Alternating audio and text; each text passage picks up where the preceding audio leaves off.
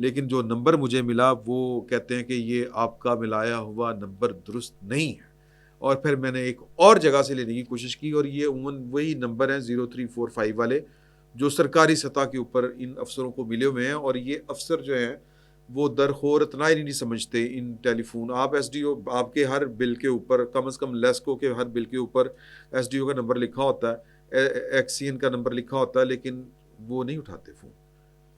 سر مالک ہیں اس ملک کے، یہاں کے جو سرکاری ملازم ہیں وہ تو مالکان میں شامل ہوتا ہے. تو وضاحت کوئی نہیں آئی. ترجمان وابڈا جو ہیں ان کی طرف سے وضاحت آ گئی ہے.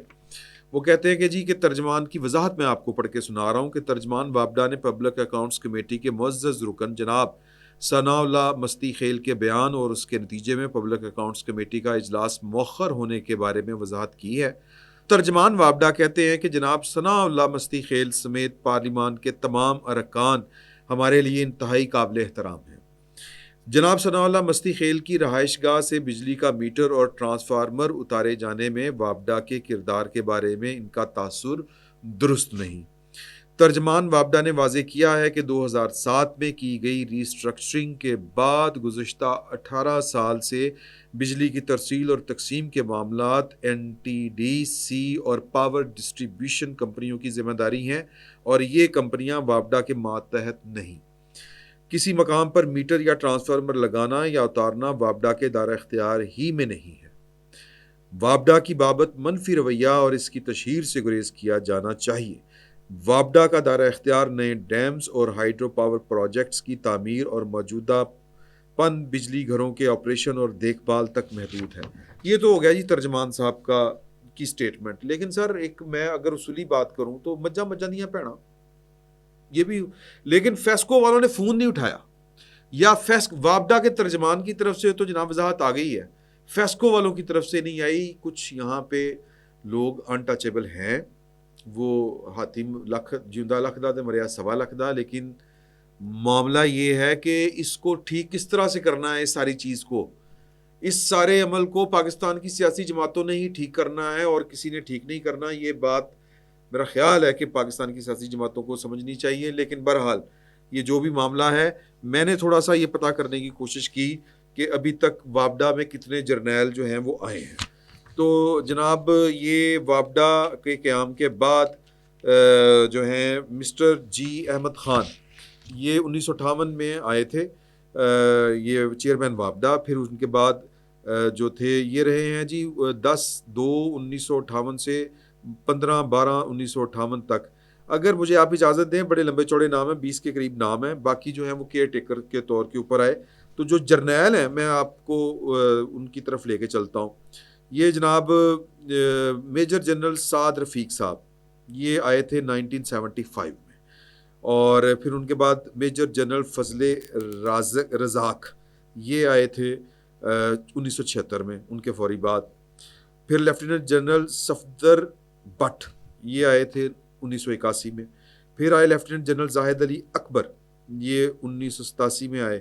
پھر آئے جناب یہ زاہد علی اکبر صاحب جو ہے نا، یہ بردر ان لا تھے جنرل اختر عبد الرحمان صاحب کے، یعنی کہ ماموں ہیں اختر ان کے ہارون اختر صاحب نام ہے نا ان کا، ان کے. اچھا جی، ہمایوں اختر صاحب کے بھی. اس کے بعد کون آیا جی؟ اس کے بعد آئے جرنیلوں میں سے general Zulfiqar Ali Khan, lieutenant general Zulfiqar Ali Khan. پھر ان کے بعد آئے جناب لیفٹیننٹ جنرل مزمل حسین، اور اب ہیں لیفٹیننٹ جنرل سجاد غنی صاحب. تو باقی سجاد غنی صاحب ہوں یا کوئی بھی ہو، اس وقت جو ہے وہ سوشل میڈیا کے اوپر ان کے خلاف ٹھیک ٹھاک ماحول گرم ہے. اور اگر پاکستان کے معاملات ہم نے ٹھیک کرنے ہیں، میں نے پہلے بھی آپ کو بتایا تھا کہ ثناء اللہ مستی خیل صاحب کی اپنی حکومت میں، عمران خان صاحب کی حکومت میں کتنے جرنیلوں کو مختلف محکموں میں کھپایا گیا تھا. تو اسی طرح ہی ہے. اور یہ ذوالفقار علی بھٹو صاحب کے دور میں وابڈا میں تو جرنیل اس دور میں آ گیا تھا. تو نقطے کے اوپر آتے ہیں کہ اس سول ملٹری ریلیشن بیلنس کرنے کے لیے پاکستان کی سیاسی جماعتوں کو اپنا کردار ادا کرنا پڑے گا. فی الوقت کی یہ خبر ہے. اب اللہ جانے کہ ثناء اللہ مستی خیل صاحب درست کہہ رہے ہیں یا جو ہے وہ آپ ڈالے, درست کہہ رہے ہیں, کیونکہ اس میں مین کردار تو فیسکو کا ہے اوچو پہ. تو آگے آ جائیں جناب, جو سفارت خانے والے چلے گئے ہیں. آپ کو یعنی عمران خان صاحب کی ٹوٹل سیاست جو ہے وہ ڈپینڈ کرتی ہے, تکیہ کرتی ہے لوگوں کے اوپر. کہاں سے بات شروع ہوئی تھی کہ وہ بچائے گا, بندیال بچائے گا, باجوہ بچائے گا, فلاں بچائے گا, فلاں فلاں کو نہیں آنے دینا, بیڑا غرق ہو جائے گا. اینڈ کے اوپر بات اس کے اوپر آ گئی کہ جنہوں نے نکالا تھا وہی ہمیں بچائیں گے, یعنی کہ ٹرمپ, اور امریکہ کے اوپر وہ جناب تکیہ کر کے بیٹھے ہوئے ہیں. تو امریکی سفارت خانے والے پہنچ گئے ہیں اڈیالہ, اور لیکن پاکستان تحریک میرے ایک دوست کہہ رہے تھے خان صاحب نویں کپڑے پا کے نا پھرنڈے ہو گے, جب انہوں نے پتا چلے گا نا کسی اردلی نے آگے بتا دیا ہوگا, وہ اسپاٹش پٹے نہیں کہنا چاہیے, جو سپاہی ہوتے ہیں ہمارے جیل حکام, جیل والے, ان کے وہ جو مشکتی ہوتے ہیں, وہ انہوں نے بتایا ہوگا کہ سر امریکی سفارت خانے لوگ آ رہے ہیں, تو خان صاحب نویں کپڑے پا کے کدی ادھر چائیں پھر رہے ہوں گے. لیکن وہ جناب وہ سیدھا گئے ہیں, ایک ظاہر ذاکر اس کا نام ہے, ایک امریکی نیشنل تھا, وہ اس سے ملے ہیں. اور یہ 3 لوگ تھے, ان میں جنہوں نے ملاقات کی, کونسلر تک بنیادی طور کے اوپر رہائی دی گئی ہے اس ظاہر ذاکر صاحب کو, اور مائیکل پیٹرک کے ساتھ 2 خواتین جو تھیں سفارت خانے کی وہ بھی شامل تھیں. تو جو فون آنا تھا نہیں آیا, جو امریکہ نے خود آنا تھا وہ بھی نہیں آیا, ایون کہ سفارت خانے والے بھی نہیں پہنچے. تو یہ ایک خبر تھی, ذرا چٹکلا سا تھا, خبر کیا تھی. اب آ جاتے ہیں جی کہ عمران خان صاحب کے لیے وہ تھا نا ملاقات, بیٹوں سے فون پہ بات اور علاج, یہ احکامات تھے. اور بار بار میں یہ والی بات کہتا ہوں کہ پاکستان کی جو سیاست میں پاکستان کی ریاست کے ساتھ جو ٹکراؤ والی سیاست ہے عمران خان صاحب کی, اس کا عمران خان صاحب کو بڑا شدید نقصان ہوا ہے. اور یہ اپنے بیٹوں کے ذریعے ملاقات کر کے وہ کون سا چینل چھیڑتے ہیں, کون سا چینل نہیں چھیڑتے, تو فون کے اوپر بات کر کے, وہ میرا خیال ہے کہ شاید اس پہ بھی پاکستان کی اسٹیبلشمنٹ جو بڑا اس وقت عمران خان صاحب کے ساتھ ان کا رویہ بڑا درست ہو چکا ہے, سخت ہو چکا ہے. انہوں نے ایک بار پھر انکار کر دیا کہ ہم نے آپ کی بات نہیں کروانی. تو ان کے وکلا پہنچے ہیں کہ جی ان کا متعلقہ جو مجسٹریٹ کی عدالت ہے, مجسٹریٹ سے مراد یہ ہے کہ جو سیشن کورٹ ہے اس میں وہ گئے ہیں, اور انہوں نے کہا جی ہمارے جو موکل ہیں سینٹرل جج اسلام آباد کی عدالت میں, انہوں نے رجوع کیا ہے. خالد یوسف صاحب کی گفتگو ہے جو ان کے وکیل ہیں, اور انہوں نے کہا کہ جی کہ مطلب توہین عدالت ہو رہی ہے, ہمارے موکل کے ساتھ امتیازی سلوک ہو رہا ہے, بات چیت کروائی جائے. اگین یہ ریاست کا رویہ ہے عمران خان صاحب کے رد عمل میں, تو یا اسٹیبلشمنٹ کا رویہ ہے عمران خان صاحب کے رد عمل میں. بشرا بی بی نے خبر آئی ہے, اور یہ کیا نام ہے اپنے ڈار صاحب کا, شبیر ڈار صاحب, یہ جیل ساری کور کرتے ہیں, یہ جو جتنی بھی کورٹ پروسیڈنگ وہاں پہ ہوتی ہیں جیو کی طرف سے. انہوں نے خبر دی ہے کہ بشرا بی بی اور عمران خان صاحب کل جو ملاقات ہوئی تھی, پرسوں ہوئی تھی ملاقات, تو وہاں پر بشرا بی بی بھی آ گئی جب وکلا آئے تھے. تو انہوں نے آ کے کہا کہ جی کہ آپ میں سے کون سے بندے جن کے نام لسٹوں میں تھے, تو بریسٹر گور صاحب نے فوراً کہا میڈم میں, اور سلمان صفدر صاحب نے کہا میں. تو باقی جو 3 کھلوتے ہوئے انہوں نے کہا تسی کون ہو, انہوں نے کہا آپ کا نام تھا لسٹ میں, جھاٹ پاتی انہوں نے, مطلب ہے جی. انہوں نے کہا نہیں ساڑھا نام نہیں سی, تانوں کنے بھیجتا اندر, ہمارے گھر والوں سے ہماری ملاقات نہیں کروائی جاتی, آپ لوگ منہ اٹھا کے اندر آ جاتے ہیں, کون بھیجتا آپ کو اندر. تو عمران خان صاحب نے ذرا ٹھنڈ کروائی, اور خان صاحب کا استدلال اس سارے معاملے کے اوپر تھا کہ یار چلیں جو بھی لوگ آتے ہیں وہ ملاقات کرنے تو انہی کے ذریعے جو پیغام رسانی ہے وہ باہر دیں, لیکن انہوں نے کہا کہ یار آپس میں نہ لڑا کریں. یہ ہے جناب وہ بیسیکلی. اس کے بعد جو ہے وہ جیلر صاحب نے کہا, جب انہوں نے کہا نہیں ان کو کس نے اندر آنے کی اجازت دی ہے, تو جو جیلر صاحب وہاں پر موجود تھے انہوں نے کہا نہیں آپ کی فیملی بھی بعد میں آ رہی ہے, تو بشرا بی بی کی فیملی کی, ان کے بھائی احمد اور میرن صاحب ان کی بیٹی ہیں, ان کی ملاقات ہو گئی تھی. دبا مرنا فائدہ ہو گیا بشرا بی بی کو. تو اسی طرح جو ہے وہ ابو بکر صدیق نام ہے ان کا, یہ رپورٹر ہیں جیو کے, انہوں نے خبر دی ہے کہ بیرسٹر سیف صاحب کے ساتھ جو ملاقات ہوئی تھی خان صاحب کے ساتھ ہو گئی ہے. حیران کن گل ہے, سیاسی ملاقات ہے یار, وہ تو کہتے ہماری ملاقات نہیں ہوتی. تو وہ جو لاسٹ ملاقات ہوئی ہے اس میں انہوں نے کہا ہے کہ جی کہ عمران خان صاحب نے ان کو کہا تھا کہ اسٹیبلشمنٹ کے ساتھ بات چیت کے لیے وفاقی حکومت کے ساتھ بیٹھک ضروری ہے, اور بیٹھو، جاؤ راستہ تلاش کرو. اور بعد میں عمران خان صاحب ان کو کیا کہہ رہے ہیں، بیرسٹر غور صاحب کو، کہ میں نے تو کسی کو نہیں کہا، میں نے تو کسی کو نہیں کہا کہ میری بات کریں، یہ ہے وہ ہے. میں تو یہ کہتا ہوں کہ ملک میں جمہوریت کے لیے ہو بھائی، پاکستان تحریک انصاف کا ایجنڈا عمران خان ہے. A R D, M R D, اس طرح کی جو تحریکیں چلی ہیں پاکستان میں، یہ کسی شخص کی رہائی کے لیے نہیں تھی، یہ ایک پولیٹیکل ایجنڈا تھا، سیاسی جماعتوں کا ایک نیشنل ایجنڈا تھا. اور یہ اب جس کے اوپر بیٹھ کے اتحاد بنانا چاہتے ہیں وہ سائیں مل آئے ہیں. مولانا فضل الرحمان صاحب ایک فاتحہ خانی پہ گئے ہوئے تھے، اور وہاں پہ انہوں نے کہا کہ جناب کہ ساڑھے ول دھیان ہی نہیں. انہوں نے کہا ٹاڑے ول بڑا دھیان ہے. ختم ہوگی گل. خان صاحب جو ہیں وہ مولانا فضل الرحمان صاحب ہوئے دوسرے تیسرے جماعت اسلامی والے، وہ روٹی کو چوچی کہتے ہیں کہ وہ جناب عمران خان صاحب کی رہائی کے لیے تحریک چلائیں گے. کوئی نیشنل ایجنڈا ہی نہیں ہے، لیکن وہ دکھانے کے لیے او نہیں جمہوریت کے لیے بات کریں، منیمم ایجنڈے کے اوپر بات کریں. کدو گل ہونی سر، اگلے موقع ہے. یہ میں بڑی خبر آپ کو دے رہا ہوں ہلکے سروں میں، اس کو سمجھنے کی کوشش کریں اگر سمجھ آ جائے تو. اچھا جی، آ جائے گی سمجھ آپ کو. آئینی بینچ کا کل اجلاس ہونا تھا. آئینی بینچ کے لیے 2 ججوں کی ریکروٹمنٹ ہونی ہے، تو اجلاس ہونا تھا سپریم کورٹ کی عمارت میں جوڈیشل کمیشن آف پاکستان کا 18 تاریخ کو. لیکن کل رات کو یہ خبر آئی کہ جو علی ظفر صاحب ہیں انہوں نے کہا یار میں مصروف ہے گا تو پلیز تڑی مہربانی ہے آج ہی کر لو، یعنی کہ 17 کو آج. تو وہ اجلاس آج ہو رہا ہے، اور اس میں 2 جج جو ہیں وہ مزید جائیں گے. اور آئینی بینچ جو ہے اس کے بعد سے پاکستان کی جو کہہ لیں کہ جعلی قسم کا ایک انقلاب اور طوفان آیا ہوا تھا، وہ آپ کے سامنے تھما بھی ہے، اور چیزیں پازیٹیولی آگے بڑھ رہی ہیں. کچھ چیزیں بہت ضروری تھی، یہ 26ویں آئینی ترمیم کا ثمر ہے. اور یہ مطالبہ پاکستان کے جہاندیدہ سیاستدانوں کا عمران خان صاحب کے پنپنے سے بہت پہلے کا تھا کہ پاکستان میں ایک آئینی سپریم کورٹ ہونی چاہیے.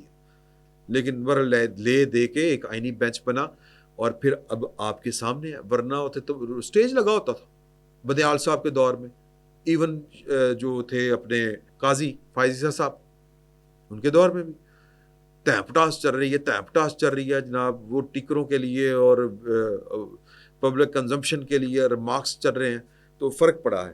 اسی طرح جو اسلام آباد ہائی کورٹ کی سینیارٹی کا معاملہ سپریم کورٹ میں زیر بحث ہے، اور اس کا جو کیس تھا وہ اس کا ایک فریق جو تھا وہ اسلام آباد ہائی کورٹ بار ایسوسی ایشن تھی، اور کوئی ریاست صاحب تھے.